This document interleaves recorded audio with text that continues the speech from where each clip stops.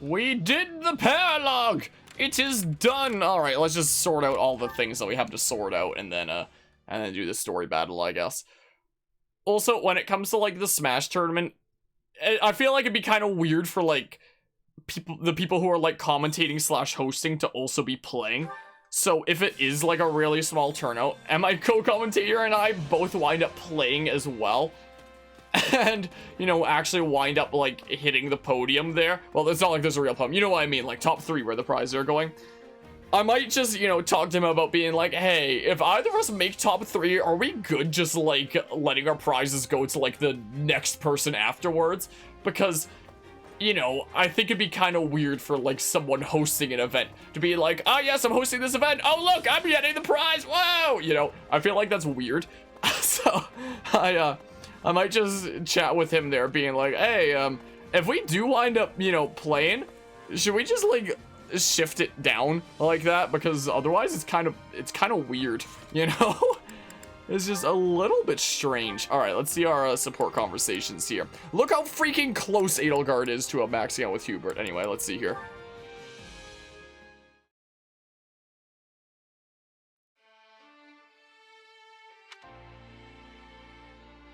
Lady Edelgard?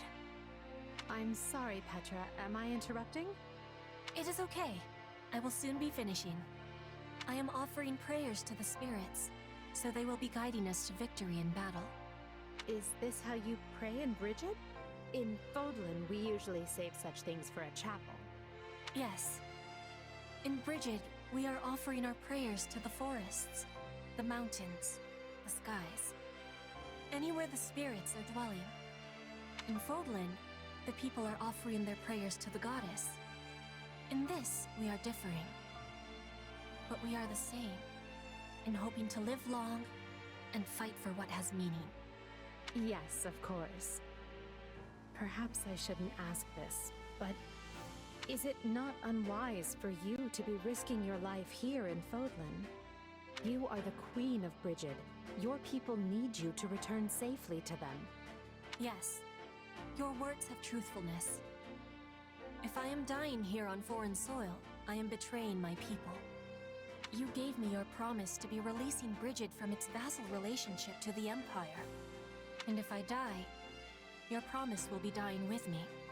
Yes, I suppose it would. If you died, I would have to renegotiate our terms with your successor. That wouldn't be an issue if she were as capable and reasonable as you. But would she be? And for the record, Petra, I don't want you to die. You are a dear friend. Your words give me great happiness. But I am still content to be risking my life here in Fodlan. As we get closer to cornering our enemies, there's no telling what kind of foul tricks they'll employ. Are you certain you don't wish to walk away from this? It could easily go awry after all. I am knowing the danger, but I have done my deciding. I will not be turning my tail and running, while you are standing and fighting. I'm grateful. But unlike you, I cannot back down from this fight. This war is one of my own making. And I am choosing to share it. If we lose, then we will lose. But I will not be having regrets. I will be fighting with you until the end of bitterness. That is the prayer I was offering. Well, I'll do my best to avoid a bitter end. Regardless, you have my thanks, Petra. Your resolve humbles me, but also gives me strength. You are the Emperor. I am the Queen. Our relationship is not one that is usual. Not everyone can be standing on equal feet with you. This is something only I can be doing. And so, I will continue standing by your side. Let no one say the Queen of Bridget is not gracious and noble. But I do hope we never turn into a couple of stuffy royals who insist on doing everything by the book. I have trust that you will never be letting that happen. Alright, another max out support.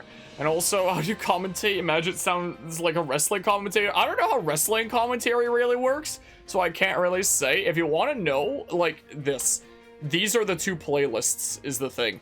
So, like, every tournament and, like, Smash event that I've commentated, I technically have on my channel. It's one of the, like, lower down shelves on the channel there. But like scrolling way down on the channel, one of the okay, it's like middle lower, I guess, is the Smash Ultimate tournaments, crew battles, compilations, and commentary. Because I used to do like Smash Ultimate stuff around here like pretty regularly. Like I used to be streaming regular crew battles for this Smash crew called VGLS for a while. For example, Video Game Life Sentence. It was one of the previous mods of the channel that wound up getting me into that and whatnot. So there was a while that I think in their Discord server, in the VGLS Discord, I think they still have me labeled as like their official crew streamer, even though I haven't streamed a crew battle for them in a good while. I don't even know if they do crew battles anymore. Apparently, like, you know, they used to be doing it super regularly. Nowadays, it's just like a kind of community where they play Smash here and there. I don't know how much they are into like competitive crew stuff anymore. But yeah, there's a, you know, a whole bunch of freaking Smash stuff there. So I've streamed like mostly VGLS tournaments. The only other tournaments that I've streamed have been like the 2 Fragapalooza tournaments. And there was that time that I did Celiac Smash and Dash, which was like my my kind of meme tournaments that I did with like all these wacky custom game modes that I did as a fundraiser for the Canadian Celiac Association. So that was a neat kind of thing. There wasn't a massive ton of turnout for that, but you know, it was a fun thing anyway. And the CCA sent me like a thank you letter and stuff. It was pretty wholesome. But yeah. Oh, and also, one of the, I think somewhere around here is, like, the, thingamabob that I made for, like, Frag 2019. Because, like, I participated in the, 2 tournaments that they had at Frag 2019. But when I say that it was, like, casual, I really mean casual. Like, I saw on the website online that apparently the singles was supposed to be, well, singles, like you'd expect it to be, like, one-on-ones. No. 6-player, free-for-all, items on, last 3 standing, move on to the next round. I was the only person, like, every round that I believe got, like, first each round for, like, last standing. And I think I got the most kills each time as well. Interestingly enough. Whereas, you know, a lot of the time, a lot of the people that got, like, first and moved on to the next thing were, like, tucked away and not getting a whole lot of kills and stuff like that. But that was interesting there. The doubles was a lot more competitive, though. If it does go back full in person, like next year, and I'm basically like their Smash Bros person now after one thing led to another after the 2019 tournaments, I would totally get them to do like Squad Strike for singles and then, you know, doubles. I've always wanted to play in a Squad Strike tournament, so I probably wouldn't be commentating that next year if that happened. I just want to play in it. I just help them host it and run it and whatnot in the background, but I probably wouldn't commentate it if I was playing in it. So yeah, the freaking thingamabob, I remember I made like an edited down version of like the 2019 tournament. So there was like the weird crazy free-for-all thingamabob there, and then the second half is like the doubles tournament and whatnot, where it's funny, the person that I actually won the doubles tournament with at the time, he didn't even own Smash Ultimate and barely even played it. But he was still pretty solid at the game because he used to play competitive Melee back in the day.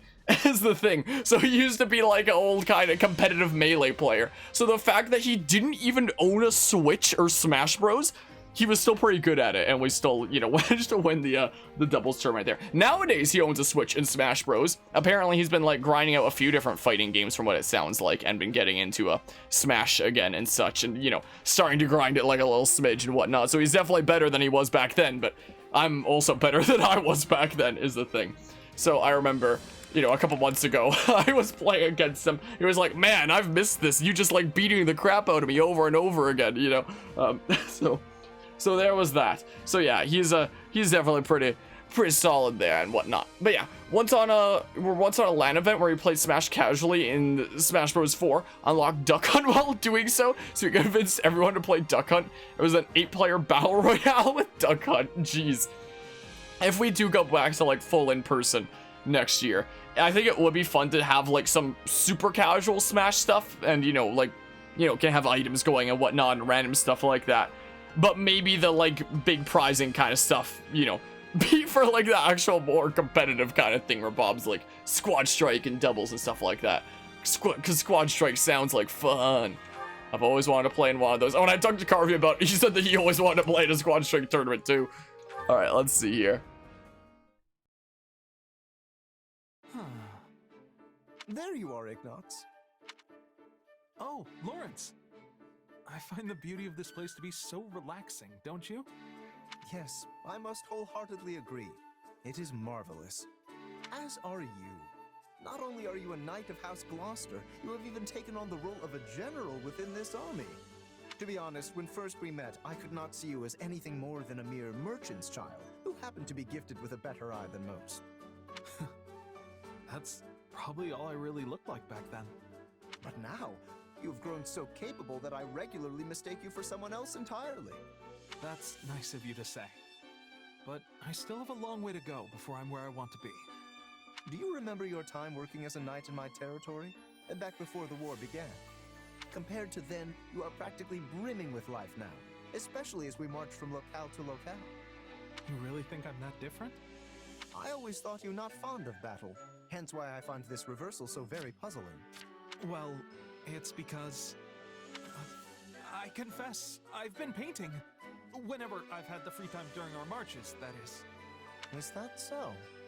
Yes. There are so many places in Fodlan just like this one, with the most incredible views. I simply can't help but put them down on paper because, well, I want them to stay with me forever. Maybe that's why I've been looking so alive lately. You certainly see straight through me, in any case.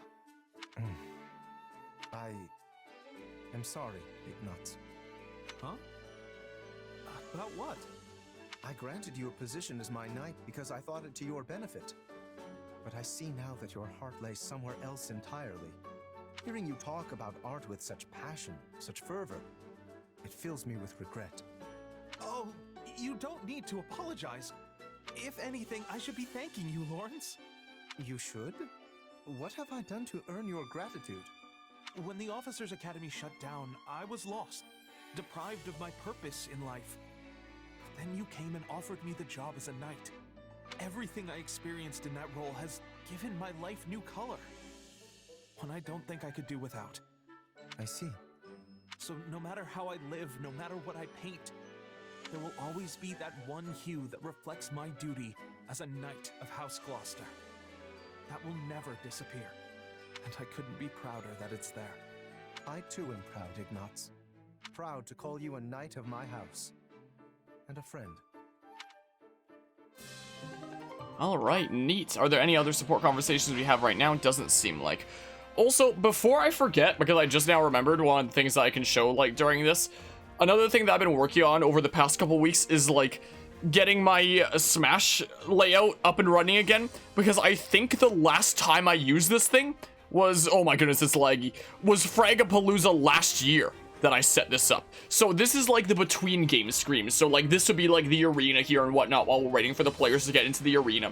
So I figured like this camera could be like the commentator cam, because you know the past couple of years have been online, so this layout wasn't originally set up for like, you know, cameras and whatnot. But you know, could just slap them here because this would just be the arena here anyway. It's not like there's anything super important there and such. So this could be like the commentator cam, and then what's currently the Doogie cam, I could just like set up the camera showing like the venue and whatnot, and everyone with like all their gaming setup set up. I think it'd be really cool to have like a venue cam. So it'll take like both my cameras, I guess, is what I'll do, and have those both set up. I have freaking, my test names that I use as placeholders are always Harmonia and Carvia. I have hotkeys to like signify any of these stages being banned, so I can ban all the stages. Anyway.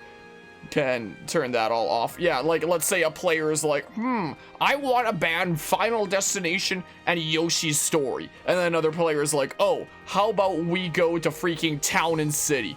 Bam! The layout can show that. Like, I initially made this kind of design of a layout, like, a couple of years ago for the first online Fragapalooza, like, tournament. I went ham.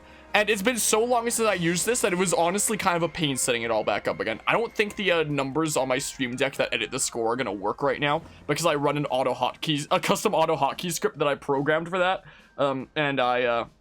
It's not open right now because I recently restarted my computer. So I think if I hit the buttons to adjust the score, yeah, they're not going to do anything right now. I need to be running my custom script as a thing, which actually it should just be like in a convenient folder here. Do I have it here? Yeah, I can show it working then. Let's see here. So if I go to, yeah, I can run this auto hotkey script. It's just right there. So now if I hit these buttons, it should affect the score. Yeah, there we go. And if I press it up like multiple times, it's a little bit laggy. We can also go into like the negative numbers if we really want to. Like, there's no rules here. It's just like one button on my stream deck adds a number to like this notepad that, you know, OBS reads from, and the other way like subtracts from it. So, you know, I can set it up either way. I also have a button that can like switch the switch the names around from like different positions if they're in different spots, but like, you know, that's another program, so I can't do that right now. I was thinking about potentially changing that Xenoblade 2 background to like some official Fragapalooza art, maybe. Potentially. I used just like a bunch of like official game art for like these various different things in previous years, so I just like got like new official arts for things to use this year because I didn't want it to be the exact same backgrounds as like previous years. I want it to be slightly different. So Breath of the Wild there, Three Houses here, and Xenoblade 2 over here right now. Maybe I can replace it with a Xenoblade 3 one. I don't know, maybe. I figured Xenoblade 2 is a little bit more fitting for Smash and its DLC and whatnot, but I might just like slap some Fragapalooza art there before the thing starts tomorrow. And then you know, if we're switching to the versus screen, then we switch here, which is just like the full game. And then when the match is actually starting, bam, another transition, and kerblamo, you've got like the freaking scores at the bottom. I remember 2 years ago when I first set this up, getting those rotating Pokeballs going was such a pain. But it basically looks like the Pokeballs are like hidden behind like the character icons, essentially. So it's like they're tucked away and it shows like the score right there.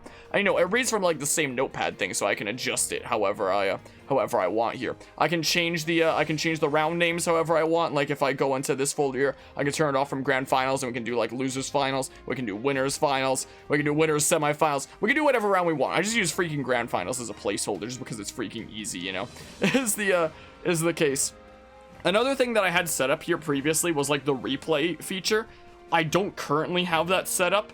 Maybe I'll see about getting it going again, potentially, if we want to get like a live replay of what just happened. It probably shouldn't be too hard to set up. I tried to set up Sable Detect, like right above here, which is a software that would directly show the ping of both players, because I've used it during like some previous events. I don't know if I've used it for Fragapalooza, but I've used it for some VGLS events. And I haven't used it for at least over a year, and it just does not work on my computer anymore. I don't know why. So we're not gonna get to see like the players' pings and stuff. Probably have the venue cam off like during this, but you know, have the commentator cam up here and stuff, which again has never been part of this layout before, but you know. And then when the match is over, we switch on over to like the stage list, and now here we are like taking a break again. So, you know, this is probably the most ham that I've ever gone on layouts before. So I've had these layouts for a couple of years. It wasn't functioning until like a week ago because I hadn't used it in so long, and you know, things change and whatnot, and my computer was not accustomed to using it again. But yeah, so that's at the ready. So like, you know, when I'm the one put in charge of like hosting something, streaming something like that, I do not hold back. Like I do, like if someone puts me in charge of something, I make sure that I'm like doing a good job, you know, I'm making something like professional and cool and stuff. So, you know, it's probably one of the coolest layouts I've ever made. For playthrough stuff, I just like simple, clean stuff like this, like less is more. But for something like a freaking Smash tournament, freaking pull out all the bells and whistles and cool things, you know, is what I do. Anyway, I saw the comment there. I know I haven't read it out for a smidge. Reminds you, recently saw footage of Three Houses again, and in comparison, the game looks 10 years older. Like, the environments look almost like Legends Arceus. The characters have way less details, and the colors are weird. And when it comes to, like, the backgrounds, there's also, like, the weird PNG thing that they did, where it's, like, during any non-massive cutscene, the backgrounds were just, like, you know, images, and the textures didn't even line up, and it was like the sloppiest, grossest looking thing. Like, this game doesn't look perfect by any means. There are definitely some places where some things look pretty gross in some places. But yeah, this game looks so much better than Three Houses. It really does feel like Three Houses came out on like old hardware on like a previous console or something like that, and like Three Hopes is like the next gen thing. Another interesting thing that I heard about Three Hopes is apparently like some of the developers slash writers of this game were scared that people wouldn't like the story because it's good without Byleth, and some players might potentially get mad that the timeline without Byleth might actually be the better story, you know? So I think it's really funny that, speaking about this game being higher quality than Three Houses, I think it's really funny that some of the developers were concerned about negative reception because their story is good. Anyway, hold on. Let's see who needs some support conversations here. Gosh dang, I'm using Xenoblade controls again. I'm pressing X to open the menu. Oh man, though I'm pretty sure you also open the menu with X in Three Houses, so that's kind of screwed me up in this game. Alright, some dudos in the back who want like some supports and stuff. Marianne and, I don't know, Marianne and Leonie, I don't know. But yeah, Three Houses and Three Hopes look like the Wind Waker on GameCube and Wii U in comparison. It kind of does, honestly. Makes you wonder, like, what the heck was going on with Three Houses? I know Three Houses had a lot of trouble development, especially considering they wound up using the freaking Warriors engine because they couldn't figure out how to get it working otherwise. So it's crazy that the game engine used for Fire Emblem Warriors, Fire Emblem Three Houses, and Fire Emblem Warriors Three Hopes are all the same game engine. So I don't know why the freaking Warriors engine will be used for the freaking mainline game there. But it did, because Three Houses had a lot of trouble development and stuff. So, you know, Three Houses was its whole weird situation. Man, Three Houses is literally like the definition of a mixed bag video game to me. Like, my goodness gracious. I don't know how much help I'll be, but okay. Sure, I can help. Bam, neat, we did the thing. Yeah, like freaking, turns out Byleth really did a lot of screwing characters over. Just being silent and just like, Byleth's an enabler. Like, if someone has like an addiction problem or some sort of a bad habit, Byleth's an enabler that just lets you keep on doing that. I might honestly do like a video essay on Three Hopes one day as like a follow-up to my Three Houses essay and talk about how this improves over Three Houses in a lot of ways. So actually having like a character that actually, you know, does things past just enabling the lore to do whatever they freaking want, it makes the story go in a bit of a different way. That, and they're actually being like more focused on the time skip, what with, you know, over half of Three Houses being the pre-time skip and less than half being the post-time skip, so it didn't feel like it got as much attention. I need to see that. Gosh dang, I'm pressing X again. My goodness gracious. So yeah, that's that's certainly something there. And I mean, it's so weird when it comes to Three Houses as well. Because, hold on, I'll talk about that in a sec. Actually, I like Three Houses, but this game is showing you that you mostly like the story and the characters, giving you the illusion that you like Three Houses more than you perhaps do. Yeah, freaking Three Houses has a very fascinating lore, a very fascinating world, very fascinating characters, but a lot of the other stuff of it is just like, you know?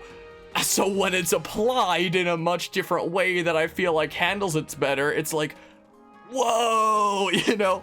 And it's crazy that this game was able to like reignite my flame of, you know, excitement and passion for the world of Fodlan after I was so tired about it from Three Houses and whatnot. But anyway, Three Houses is so weird to me because, you know, if I look at a game like Fire Emblem Fates, I can clearly identify, like, the categories of things that I like and don't like. I look at Fire Emblem Fates, and it's like, gameplay, so good. So good gameplay, apart from, like, a small little things that make, like, a decent difference. Apart from that, so good. The gameplay, so good. The music of Fate, so good. Chef's kiss, mwah, you know, so dang good. The story, it exists, sort of, I guess? I don't know. Not really. You know, it's funny, playing Xenoblade Chronicles 3 recently, Xenoblade 3 feels like the story of Fire Emblem Fates Revelations if Fire Emblem Fates Revelations had a story. You know, going against, like, both factions at once, except, you know, actually told well. Anyway, if I look at something like Fates, I can clearly identify, like, the things that I like about it and the things I don't like about it in these broad categories, you know? It's like, gameplay, great. Music, great. Story, awful. Art style, great. You know, like, these various different categories that are, like, awesome or bad. I can identify them, like, category-wise. Whereas Three Houses is just, like, all over the place. Like, it feels like the game doesn't know what it wants to be, you know? Is so much of the time. Like, what are good examples that I can use here? I don't know here. Because Three Hopes has the story and characters, but in your point of view is a way better game to accompany it. And an educational term story, yeah, the story's attended, I guess. Was a little bit tardy to class, but eventually attended at least. But, when I think about, like, Three Houses as a game, you know how there's games like Skull and Bones, which is coming out later this year, interestingly enough. Skull and Bones is supposed to be like the follow-up to Assassin's Creed 4, like Ubisoft's next piratey adventure after that did really well, and it was meant to come out like soonish after that, after the success of that game.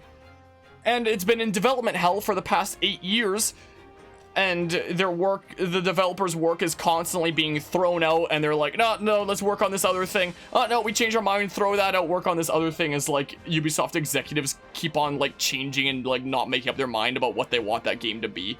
And apparently a lot of people have, like, quit over it and whatnot, and it's been, like, this whole mess of them not being able to decide what their game is.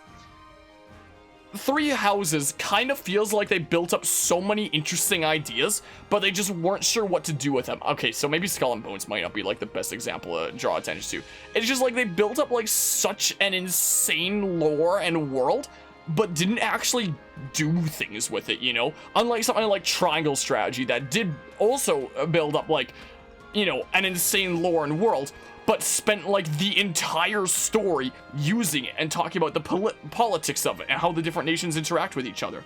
Like, Triangle Strategy to me was a good example of, you know, building up an insane lore and world and actually doing something with it throughout the entire course of the game. Whereas Three Houses was just like, oh, here's a world with, like, you know, this insane backstory and stuff that we built up, but you're only ever really gonna hear about it in significant ways if you go read in, like, the in-game library, read the books on the shelves and whatnot. It's not really used in the story in fascinating ways most of the time, you know? Is what it kind of felt like. It kind of feels like Three Hopes, like, could do that a little bit better as well, but already does it better than Three Houses. What with talking about, like, the relationships between, like, the different houses on this continent. Like, you know, as the war goes on, talk about, like, the different houses' allegiances and why they'd want to be allied with, like, this side or another, or why they might want a turncoat. Potentially working with certain houses, stuff like that. Like, it uses, like, you know, the foundations for each of these to actually build its story and how it plays out, instead of just being like, yeah, these houses exist, I guess, and maybe you'll hear about them in a paralogue or, like, a book in the library. Anyway, hello, Guzma. Yeah, I haven't played Three Hopes in a while as well because Xenoblade 3. I hope you're doing well today. But yeah, or you could build up an entire lore for 10 games, then end it in a comic panel. Yeah, or there's that situation. There's probably a lot of videos about that, like, out there by now, and it's, like, old news by now since that, you know, happened several years ago. But, you know, I'm tempted to make a video essay on that myself one day, just because it's so infuriating. Yeah. At least, you know, Three Houses built up a fascinating lore and then didn't do enough with it apart from, like, some slight smidges. But at least it's not as bad as the game series that literally built up lore for, like, a decade and then freaking just flushed it down the toilet. Like, you know what? Never mind.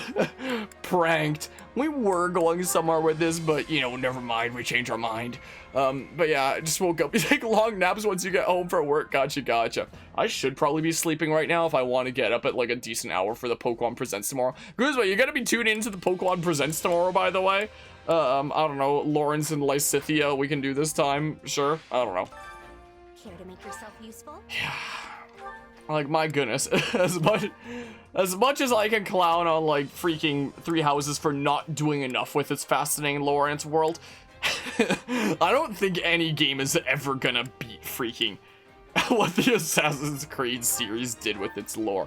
Like, my goodness, how does a company even do that? Like, what the heck?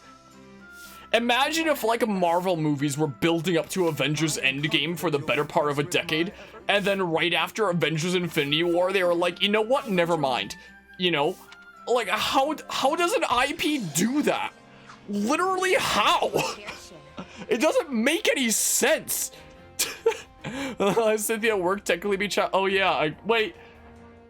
She was 15 and then 2-year time skip, so 17, so she's just short of an adult. So I guess technically, you know, on my 18th birthday, I've probably mentioned this before, but not in, like, a good while, so just in case for anyone who doesn't know, literally the day I turned 18, which was the day after the Nintendo Switch released, I spent 10 hours in a bar when I turned 18, and here in Canada, 18 is legal drinking age, and I spent 10 hours in a bar. I didn't have any alcohol to drink. I was working on an assembly line for 10 hours for my dad's contract brewing company that he was doing at the time before he got, like, all injured and crippled and stuff that he is right now and whatnot. So, if it had been, like, one day prior... No, you know, I still don't think that it would count there. Still don't quite think so, but, you know, it's still something funny to say that, you know, the moment I turned 18, I, you know, spent that long in a bar there, you know, on an assembly line. But yeah, you'll be at work, it starts the same time as your shift does. Well, then you'll get, like, the freaking SparkNotes summary later. I don't know, freaking Raphael and Marianne. Did Marianne already do a thing with somebody? I don't know. To make yourself useful? I don't know. What does Raphael like to do? He likes the stall and stuff. I don't know. No. Well, whatever. You're already maxed with Ignatz. Freaking gosh darn it! You can apparently support with Bernadetta? Screw it, we'll do the thingamabob. But yeah, it's my 18th birthday in a bar, based to work. Not the way you saw this going, yep. And I'd gotten the Nintendo Switch the day prior, since it had just released. Literally the day prior, I waited in line for like 12 hours in front of a GameStop, because I didn't have a pre-order for the Switch. But they had like so many in that like weren't pre-ordered. And I remember they had like, I think it was 52 in stock. I think. Something like that. And when they handed out like these tickets that basically said like, if you have this ticket, you get a Switch. Like if you didn't have a pre-order. And I remember when the store manager gave out those tickets, literally everybody in line at the time was able to get one. But you know, they were doing like a midnight release and you know, I was in line at like 4 p.m. Something like that. 3 or 4, something along those lines. I don't remember. You know, I was like 30 something or other, and things were going really slow after it opened up and such, so it was close to like 1:30 in the morning by the time that I got my Switch. And it was during that time like 5 years ago. It's back when Amazon Prime used to actually be good for for gamers that wanted things more than just like the free games and stuff with like Twitch Prime and stuff like that. Apart from that, that was when Twitch Prime was actually, well, Amazon Prime was actually good for gamers, because you got like a 20% discount on new games, something like that, if you had like a Prime membership. So I got all my games through Amazon Prime at the time, so I couldn't play them on release day. I had to wait for like the day after. So I remember I just like that night, all I could do was like stare at my Switch was the thing. And then, you know, when I got my games in the mail right before going to work.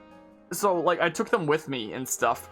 And I played a little bit of Breath of the Wild while on my lunch break that day.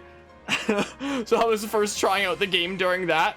And then, you know, and then I got home, like, super tired and super exhausted. And my hands were, like, freaking half dissolved because the place where I was at on the assembly line was, you know, we were filling up these bottles with beer and such. But, you know, with these bottles sitting around for a while, they could get, like, you know, dust in them or something like that over time. So we would, just to make sure that they're properly cleaned out, we had, like, this massive blue barrel of literally just sanitized water. And where I was on my station for most of that time was taking beer bottles, dunking them into the sanitized water, and then, like, draining them out just to make sure that they're all, like, clean and stuff.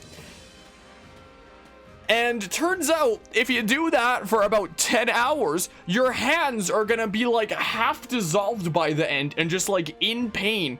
So to play these new games on my new console that I had just gotten on that day, it was literally painful to use a controller. And my hands were like this weird plasticky texture. I have a picture around somewhere. I don't know where. It's probably somewhere on my computer. A picture of like my hands literally looking like they're plastic and like all weird and painful and stuff. It was so weird. I guess that's what happens when you have them in sanitizer for 10 hours. But anyway, so yeah, that was what happened on my 18th birthday, and that was what happened when the Nintendo Switch released. This was 1 year before I became a content creator. I became a content creator when I was 19. Well, no, my last few months of being 18, technically, but you know. So there's that. Remember traveling through several cities like a rover to get a Switch on release? Yeah, I heard a lot of people having to do that. But yeah, the only cool thing you need to say about your birthday is that's the day before Pokemon Day. Yeah, I remember you mentioning that before. Your Prime members in like 2012 when they never had any discounts here. Maybe that was just a North American thing? Yeah, for several years it was like 20% off on new games. They don't do that anymore, unfortunately. But they were doing it for like a few years at least. But yeah, they'll announce things in Japan on the 27th, but since it's in Japan, it would be the 26th in America, which would be your birthday, so technically announced stuff on your birthday. Well, that's Neo. Hello, Mortis. How are you doing today? I got a freaking, as I mentioned in Discord earlier, I got a new sealed copy of Xenoblade Chronicles 3 with your name on it, but like not. So like, here's the one that I've already opened. I've now got freaking the double whammy. One sealed, one not, evidently. I am gonna need to like double check to make sure that, you know, Nintendo really is sending like the special edition stuff later and that it wasn't like some shipping mistake. So here's hoping. Here's hoping I don't need to put up with like Nintendo's BS there. And hopefully this is like fair game to just send out and stuff. But yeah, so there's that. Anyway, 2 copies of Xenoblade Chronicles 3. And one day, all of this, and by all of this I mean this one specific video game, will be yours. It'll all be yours, son. What, the curtains? No, not the bloody curtains. Anyway, hold on. There's support conversations. I hope some people got that reference. Anyway, let's see here. May I speak with you a moment? Oh, yeah. I was just about to take a break. You need something? Our relationship has been strained for a while, so I thought it was time to resolve our issues. It has? Yes, at least I felt that way ever since the incident. Oh, you mean that time you were hollering about some ghost, but it turned out to be a dead tree? I didn't think anything about that. And I didn't tell anyone either. No, not that. Well, yes, there was that, but there was another, more defining incident. Remember? Are you talking about the time I treated you like a kid and you got all mad? Yes, of course that's what I'm talking about. That happened a long time ago. Has it really been eating at you ever since? Well, I mean, I was unable to maintain my composure and got rather aggressive with you over trivial details. I kept telling myself that I had to apologize, but I could never bring myself to do it. But now, I'm sorry. Well, I'd like to apologize too. I should have been more careful with what I said. Why does being called a kid upset you so much? If you don't think of yourself that way, then any comments of the kind should be like water off a duck's back. Look, I'm a tiny bit younger than everyone else, and it doesn't help that I'm shorter too. Plus, I do have somewhat of a baby face. Really? You don't look that young to me. You don't think so? Yeah. Now that I really look at you, I think you're a very pretty young woman. You act real mature, too. Oh no, I'm not really. But most importantly, your skill at commanding troops puts all the real adults to shame. Hold on. Real adults? So what you're saying is that I'm ultimately still just a child? Crud, I misspoke. What I meant was... There you go, making excuses again. Now I know exactly what you think of me. This conversation's going sideways again, isn't it? It would seem so. Though, I suppose forgiving you would be the mature thing to do. Hey, there you go. See? You are a real grown-up, Lysithia. Something about this still rubs me the wrong way, but... Oh, fine. I just ask that you keep treating me like the adult I am. Well, we've reached B-level support. You know, when she was like, what do you mean not real adult? That immediately made me think of like how you're gonna see like Twitter wars ensuing over a debate on real X. It doesn't matter what X is, just insert like anything into X slot and there's gonna be like some sort of a Twitter war over it. About like, what do you mean like Y isn't real X or something like that?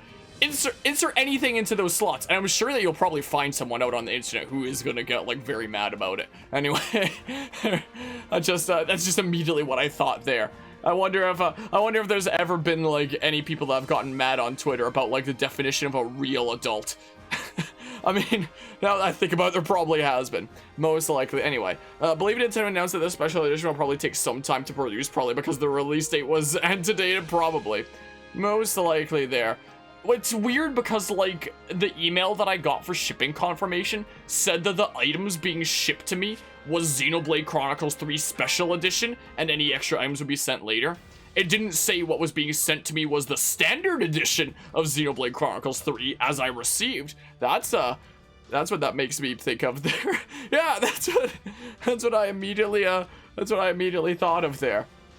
A moment when she said real adult, that's the first thing I thought of. Anyway, yeah, let's do the big story chapter and set us up to do like some side stuff for like Fragapalooza coming up here. Man, I forgot what wacky conversations we get from playing this video game. LL, the Valley of Torment. The Empire joins forces with the Alliance to mount a full-scale invasion of the kingdom. But before you can strike at the heart of Argus, you must first pass through ALL, the Valley of Torment.